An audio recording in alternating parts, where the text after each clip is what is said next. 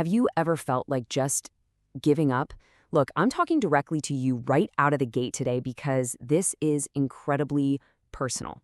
Have you ever felt that overwhelming sensation that no matter how hard you try or how much effort you pour into your goals, things just aren't going your way? You push, you grind, and yet the needle just doesn't seem to budge. We have all been sitting in that exact chair, staring at that exact wall, wondering if throwing in the towel is just the most logical next step. Well, welcome to today's explainer. I am so pumped to have you here with us because we're tackling a topic that is the absolute bedrock of any real achievement. The title of our explainer today is simple, but honestly, it's profound. Never give up. I want to start by acknowledging a universal truth right off the bat. We have all failed. We've all faced the bitter sting of rejection, and we've all made mistakes that, if we're being totally honest, still haunt us a little bit at 2 a.m. But we're going to systematically break down why those moments aren't the end of your story, but actually the essential beginning. Okay, let's dive right into this. Section 1. The universal struggle. Champions also fail.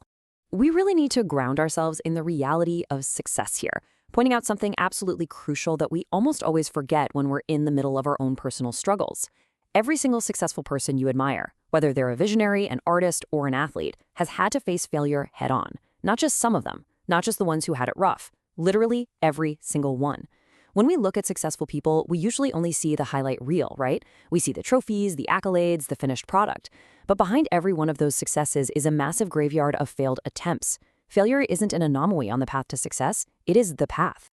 Think about the emotional weight of this for a second. Every champion has lost a game.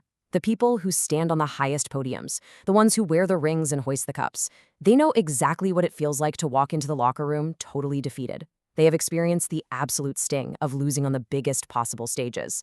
Winning the championship doesn't mean you never lose. It just means you didn't let a loss stop you from playing the next season. And the reality is just as stark in business. Every entrepreneur has faced rejection. The investors who said a flat-out no, the products that completely flopped, the markets that just didn't respond. The core takeaway from these realities is undeniable. Every single great achievement in human history started with someone who simply refused to quit. They took the failure, they took the loss, they took the rejection, and they decided their vision was way more important than a bruised ego. Moving on to Section 2, the real difference, myth versus reality. And this brilliantly illustrates what actually separates the people who ultimately win from the people who lose. Society loves to sell us this great myth of talent and luck. We tell ourselves that the winners were just born with a special gift, or the stars aligned for them perfectly. It's a super convenient excuse because it lets us off the hook. But the stark reality? It's persistence. The difference between winning and losing isn't some magical innate talent or a lucky break. It is the raw, gritty, completely unglamorous act of persisting when everyone else would reasonably stop. Which brings us to Section 3, surviving the hard days, the crucible. Look, I want to validate exactly what you're going through or what you will go through.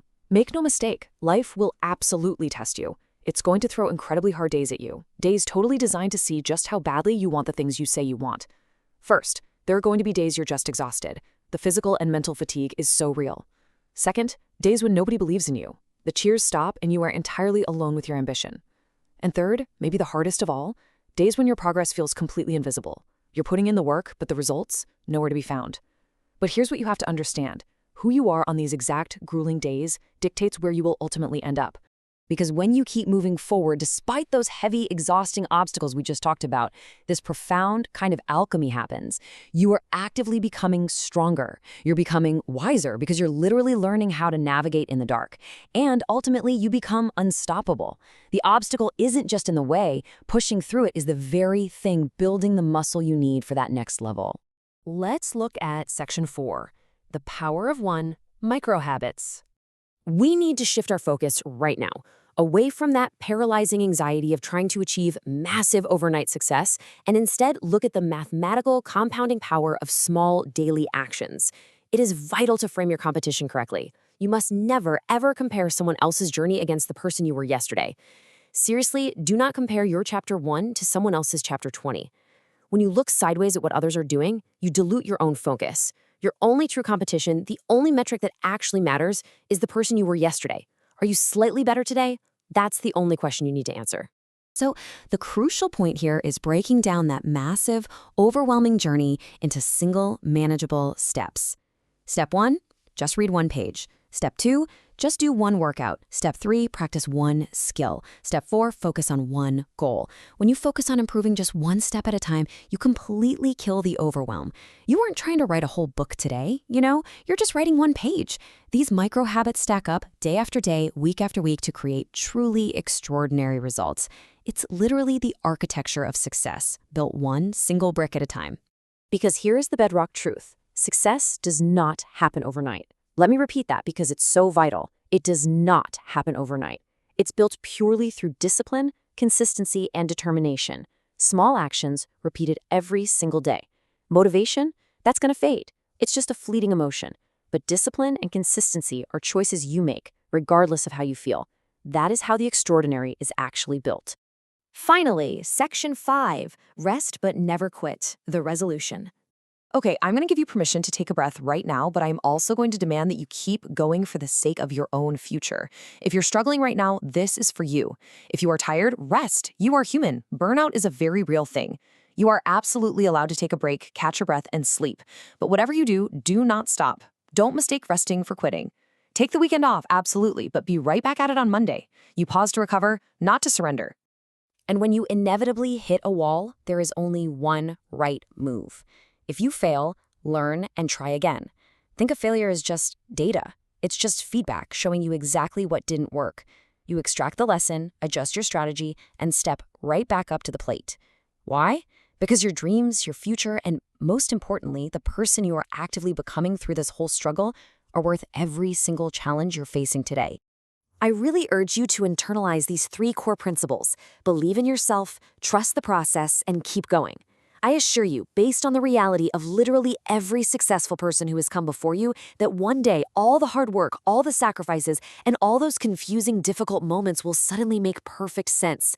The dots will connect looking backward, and you are going to be so immensely proud that you held the line and never gave up. It all builds to this ultimate conclusion. The only way to fail is to stop trying. I want to leave you with this final, incredibly powerful takeaway. As long as you're still breathing and still attempting that next step, you are still in the game.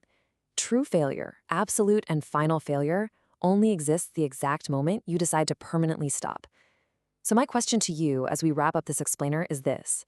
Knowing that persistence is the only true separator, what is the one micro habit you are going to absolutely refuse to quit on starting today? Think about it, focus on it, and keep moving forward. I'll see you in the next one.